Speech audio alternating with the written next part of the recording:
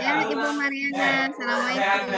Waalaikumsalam warahmatullahi wabarakatuh, Bu Atik. Hari ini jadi melakukan coaching?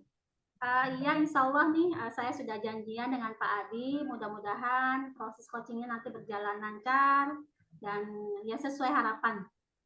Ya, kira-kira apa nih nanti yang mau di coaching atau yang diamati oleh saya nih Bu saat coaching?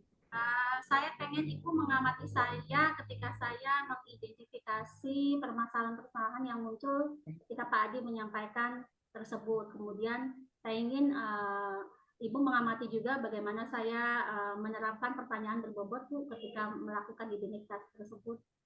Oke, siap. Sudah disiapkan ya Bu Mariana? Coachingnya juga sudah dilakukan juga perjanjian pertemuan untuk pembicaraannya ya? Betul, Oke. betul. Saya sudah Ya, janjian. silakan Bu Mariana. Terima kasih Bu Atik. Saya izin off cam dulu ya. Mangga, mangga Bu, mangga. Pak Adi. Ya Bu, Assalamualaikum. Waalaikumsalam warahmatullahi wabarakatuh. Akhirnya ya Pak, kita bertemu setelah kemarin kita janjian melalui WA. Semoga dengan pertemuan melalui tatap maya ini tidak mengurangi nanti maknanya ya Pak. Untuk iya, baik Ibu. kita bisa ngobrol. Gimana kabarnya Pak Adi? Baik Bu, Alhamdulillah. Seperti apa Ibu yang lihat saat ini? Alhamdulillah. Ibu juga bagaimana kabarnya? Alhamdulillah sehat-sehat. Pak Adi ini kepala sekolah yang luar biasa. Tentu banyak sekali Pak aktivitasnya ya. Ya, aktivitas sih kalau nggak beraktivitas badannya pada sakit Bu. Iya, sudah menjadi kebiasaan aktif ya Pak. Ya Ibu, ya ini aja Bu sambil mencari ilmu tambahan, pengetahuan, penguatan dari teman-teman, dan intinya juga insya Allah dengan demikian mendapatkan tambahan rezeki dari Allah. Amin, amin, amin. Baik Pak Adi, kita kan kemarin sudah membuat janjian nih. Mau ngobrol apa nih Pak Adi hari ini? Yaitu Bu, saya mau mohon penguatan dari Ibu. Saya pikir kan Ibu sebagai guru senior juga, kemudian sudah berpengalaman ya Bu ya. Tidak ada salahnya dan tentunya saya yakin Ibu bisa mendengarkan apa yang akan saya sampaikan, dan keyakinan saya berikutnya adalah Ibu bisa memberikan penguatan pada diri saya selama ini. Mangga Pak, penguatannya dalam bentuk apa pengennya Pak? Tentunya begini Bu, selama ini kan saya sebagai guru mapel itu kita sudah memasuki pada kurikulum merdeka ya Bu ya, tidak seperti kurikulum sebelumnya bertilas. Nah ini saya itu masih belum bisa Bu, bagaimana menerapkan pembelajaran berdiferensiasi yang tentunya yang harus berpihak pada siswa, karena saya kan yang masih juga dengan cara mengajar dengan sistem ceramah satu arah begitu, yang memang secara tradisional ya, dalam istilah saya sendiri masalah dengan cara tradisional seperti ceramah satu arah dan memberikan asesmen penilaian yang memang sudah dalam bentuk baku gitu, sehingga inovasi itu tidak muncul dari diri saya gitu. Iya, jadi Bapak pengen ngobrol mengenai pembelajaran diferensiasi ya Pak. Harapannya juga setelah kita melakukan percakapan dari awal sampai akhir gitu, harapannya apa sih Pak yang ingin Bapak capai? Minimal gini, saya memberikan beda perlakuan penerapan sistem pembelajaran kepada siswa. Intinya saya mengawali dari yang terkecil dulu lah Bu ya. Saya akan membagi pada kemampuan atau bakat siswa atau minat siswa, mulai dari siswa yang memang lebih bakat ke kinestetik, kemudian kepada juga literasi atau secara lingua, dan yang ketiga secara visual. Nah ini kan saya yang konsep dasar aja dulu nih. Ada siswa yang pinter di bahasa, ada yang dalam artian saya itu membagi tiga, karena di sini di sekolah disesuaikan dengan siswa yang lebih ke arah penghitungan juga belum ketemu Bu. Hitung-hitungan belum, yang ke arah matematika gitu, numerasi itu belum. Yang saya lihat ini adalah kinestetik. Mohon maaf tadi bukan bahasa, seni dan terakhir di bahasa itu dalam lingkungan. Jadi dalam artian mereka itu lebih senang membacanya, Bu, membaca dalam arti literasi. Jadi ada 3 nih di sini yang saya amati sih. Cuman dengan adanya potensi siswa itu yang 3 digolongkan jadi 3 yang mendominasi ini, saya masih gamang, masih dalam artian masih terlalu tipis dalam menerapkan pembelajaran berdiferensiasi yang berhak pada mereka. Jadi baik anak yang mempunyai keistimewaan di kinestetik, di seni, di bahasa, ya udah praktek aja disamakan begitu. Tapi pada akhirnya kan kita nggak bisa memvalidasi mereka sih dari hasil penilaiannya seperti apa. Betul. Jadi Bapak pengen lebih lagi memenuhi kebutuhan siswa didik melalui pengembangan tadi ya, baik dari siswa yang pandai literasinya, pandai di seninya, maupun satu lagi di pandai kinestetiknya. Nah, menurut Bapak nih, apa sih Pak yang sudah pembelajaran seperti apa yang sudah Bapak lakukan sebelum ada diferensiasi ini? Yang sudah pernah Bapak lakukan? Itu, Bu, yang masih saya lakukan itu paling banter ya, paling genjengnya saya hanya dalam hal visualisasi dengan menonton video bersama ya, Bu ya, dengan menggunakan InFocus. Ini yang kemajuan Accelerator saja seperti itu sih, Bu. Jadi dengan InFocus saja karena anak udah senang ya, Bu ya, tapi juga kan mereka yang kinestetik tuh nggak mau nonton seperti itu gitu kan. Betul. Oh, jadi Bapak sudah melaksanakan pembelajaran melalui menonton video ya, dan itu tidak mengakomodir siswanya untuk yang mereka punya kelebihan di kinestetik. Bisa tahu apa Pak? Nah, siswa yang kinestetik ini tidak hanya terakomodir kebutuhannya Pak. Yang kinestetik itu gini, Bu, kinestetik itu sukanya digerak ya, Bu ya, digerak ya, intinya di olahraga mungkin ya, olahraga gitu, dengan gerakan-gerakan. Jadi yang ada di kelas itu ketika ditontonkan video juga, kalau kata bahasa Jawa kitanya ciling-cingcat. Ya, nggak mau diem ya Pak? Iya, nggak mau diem. Nah ini kan akhirnya mengganggu siswa yang lain. Kalau saya ini nggak cocok juga nih, anak yang punya kemampuan mereka memang secara dinilai olahraga, saya koordinasi dengan guru olahraga, mereka muncul menonjol. Baik di atletiknya, di olahraga atletik atau di olahraga permainan, mereka menonjol gitu kan. Makanya ya kemenonjolan itu, gerak mereka itu diterapkan juga di dalam kelas, sehingga ketika saya memberikan pembelajaran yang sama perlakuannya, otomatis mengganggu anak yang senang membaca dan anak yang sukanya pada seni rupa dalam artian menggambar gitu kan. Nah kalau untuk anak yang suka seni dengan gambar-gambar visual seperti itu kan senang, Bu, dengan ditontonkan sebuah film dokumenter, film animasi gitu kan, mereka suka dengan film-film video pembelajaran, termasuk anak yang suka membaca masih cocok, tapi ketika anak yang kinestetik kan belum cocok. Nah Pak, dari tadi obrolan tadi nih, Bapak menyebutkan nih anak yang kinestetik gak mau diem ketika nonton video. Apa sih Pak yang melatar belakangi mereka tidak mau diem di kelas tuh? Latar belakangnya apa nih Pak? Kalau latar belakang sih nggak begitu ini ya, Bu, sama sih latar belakangnya, namanya juga kita hidup di kampung ya, Bu ya. Cuman yang muncul di bakat mereka ya itu seperti itu, Bu. Mungkin karena setiap anak itu mempunyai 8 kecerdasan majemuk ya, Bu ya, di antaranya itu kinestetik ya. Nah itu muncul dengan sendirinya, mungkin yang disebut dalam istilah KHD itu bagian dari kodrat alam, gitu kan.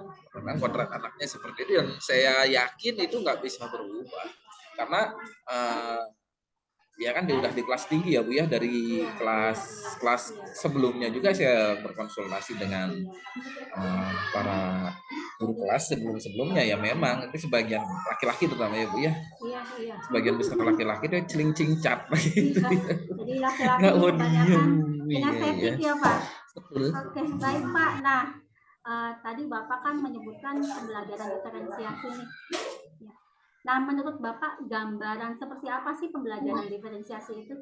Nah, gambaran saya berdiferensiasi itu adalah pembelajaran yang tepat sasaran, sesuai dengan kebutuhan, minat, dan bakat siswa, Bu. Sehingga apa yang saya terapkan itu bisa mengena. Jadi target tujuan pembelajaran itu bisa tercapai.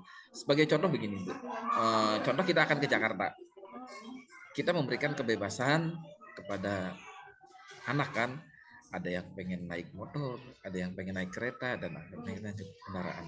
Intinya Saya hanya pengen dia anak sampai ke Jakarta, nggak bisa memaksakan. Yang itu pemahaman saya, nggak bisa memaksakan mereka harus naik motor kah, harus naik ini kereta kah, atau naik mobil kah, kan begitu Bu. Ini pemahaman saya.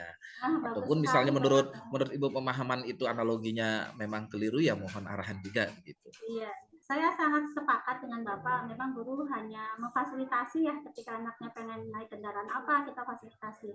Nah, tadi Bapak sudah sangat memahami bagaimana pembelajaran diferensiasi.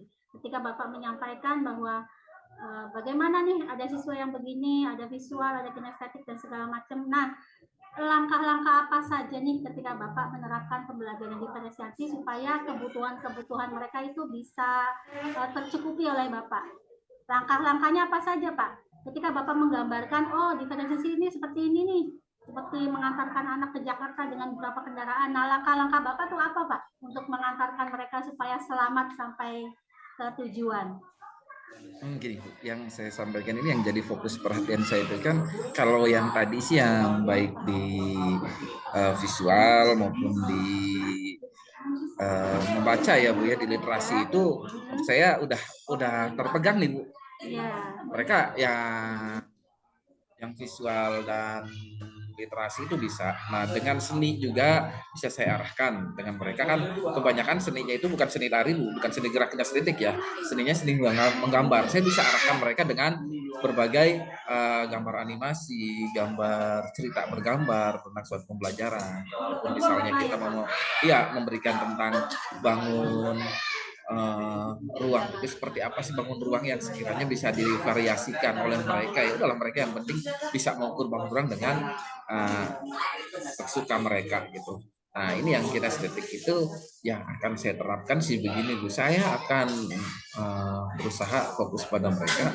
Intinya mereka harus gini, mengukur atau mempelajari benda-benda yang jelas konkret dengan geraknya dia. Contoh misalnya olahraga, bangun ruangnya ya saya minta dia mengukur bola, contoh misalnya dalam artian membantu. Kemudian juga ini rencana saya. Kemudian untuk yang bangun-bangunan sejenis balok itu kan bisa mereka dengan, kalau bangun datar dengan lapangan voli gitu kan ya, kalau misalnya baloknya dengan mengukur benda-benda memang matras dan lain sebagainya.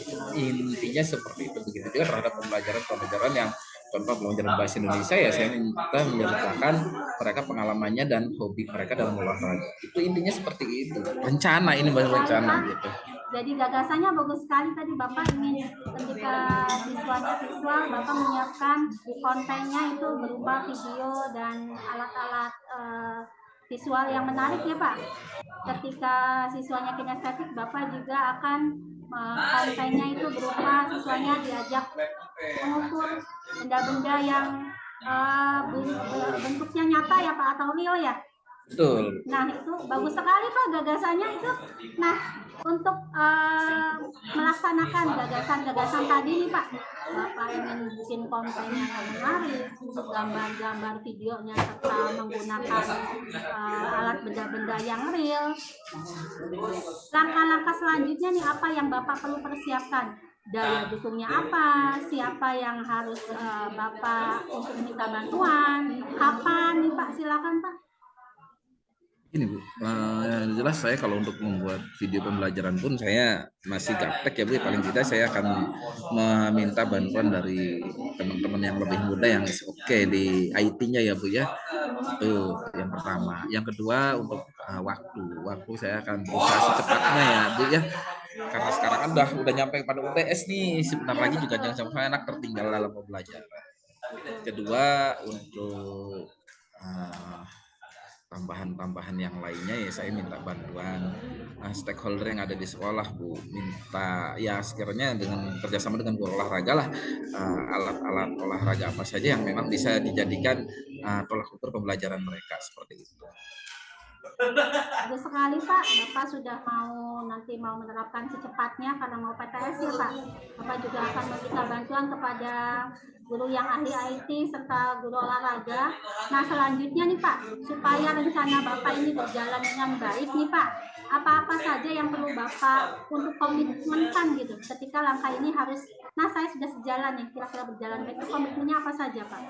tentunya ya satu harus disampaikan juga pada seluruh peserta didik ya Bu, pada siswa di kelas. Itu yang pertama. Yang kedua juga saya membuat jadwal janji dengan siswa. Ketiga juga membagi siswa mana yang ditugaskan untuk pembelajaran A, pembelajaran melalui literasi, pembelajaran dengan gambar, dan pembelajaran dengan media olahraga. Itu Bu. Oh, jadi Bapak bagus nih langkahnya nih, mau membuat program di jadwal tersebut ya Pak. Ya, betul. Nah, kita mau di akhir sesi percakapan nih Pak. Dari panjang lebar kita ngobrol di awal di akhir, apa sih yang Bapak simpulkan dari percakapan ini Pak? Ya simpulkan saya mendapatkan penguatan dari Ibu untuk saya terus melangkah memperbaiki sistem pembelajaran saya yang tadinya satu arah menjadi dua arah. Ketiga juga Bu Atik tadi memberikan solusi berupa penguatan untuk saya supaya bisa menggali potensi saya, terutama dalam memilih media pembelajaran Bu. Itu. Alhamdulillah ya Pak, akhirnya tujuan kita tercapai. Bapak nanti saya pengen ngobrol lagi nih ketika Bapak sudah melaksanakan rencana-rencana tadi Pak.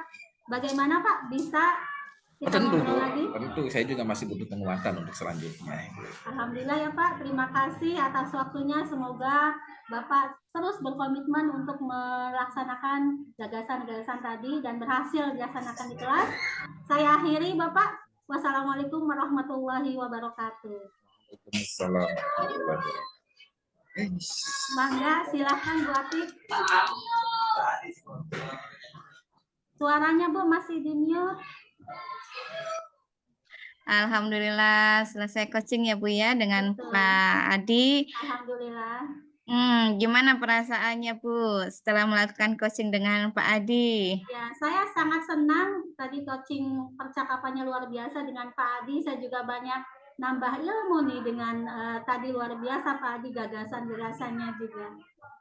Ya, saya juga melihat dan menyimak dari percakapan Ibu dengan Pak Adi, dengan apa yang tadi kita sudah sepakati di awal, bahwa Ibu juga menginginkan ada pengamatan di bagian identifikasi ya Bu ya, Iya, gitu. betul, betul. Nah, itu tadi juga sudah banyak Ibu memberikan pertanyaan-pertanyaan pemantik untuk dijawab sama Pak Adi berdasarkan identifikasi. Itu udah luar biasa. Menurut saya udah muncul semua identifikasi itu. Iya, Nah, umpan baliknya juga sudah Ibu berikan. Udah sangat luar biasa, udah Bu Mariana tuh udah bisa menjadi coaching buat Pak Adi sehingga dia bisa termotivasi untuk bisa melakukan pembelajaran kurikulum merdeka. Tadi kalau nggak salah bahasanya seperti itu gitu ya. Di hasil coaching itu. Cuma ini Bu, masih ada nggak menurut Ibu di bagian mana nih kayaknya saya ada yang dilakukan pengulangan kata atau pertanyaan ke Pak Adi sehingga ini saya mau ini sebenarnya gitu, tapi Pak Adinya masih menjawab belum tuntas gitu. Ada nggak Bu Mar?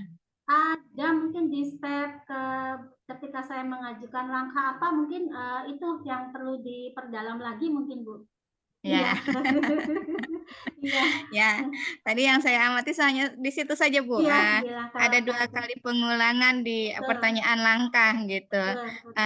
Mungkin di kesempatan coaching yang lain pertanyaan kedua bukan langkah lagi tapi langsung saja gitu. Misalnya Ibu mau menanyakan, jadi Pak Adi untuk melakukan hal-hal yang sudah distrategikan itu tadi minta bantuan siapa untuk membantunya gitu. Jadi nggak usah bentuk langkah-langkah lagi mungkin Bu ya gitu. Kalau bahasa lainnya gitu atau pertanyaan lain bentuk lainnya itu. Nah, jadi dari sekian pertanyaan udah cukup bagus, itu udah semua masuk di Alur Tirta dan coaching ini saya anggap sudah berhasil untuk mengangkat apa yang jadi permasalahan atau mengangkat potensi dari Pak Adi sendiri untuk menyelesaikan masalahnya sendiri. Amin. Terima kasih Bu Mariana sudah bisa mudah-mudahan saya selanjutnya menggali potensi Pak Adi dengan baik. Alhamdulillah. Saya selanjutnya mudah-mudahan bisa menerapkan tadi yang Ibu sampaikan bahwa tidak akan mengulangi pertanyaan yang sama tapi langsung nanti ke intinya. Terima kasih Bu Atik. Sama-sama Bu. Ya, tercerahkan. Sukses. Ya, saya stop sharing ya.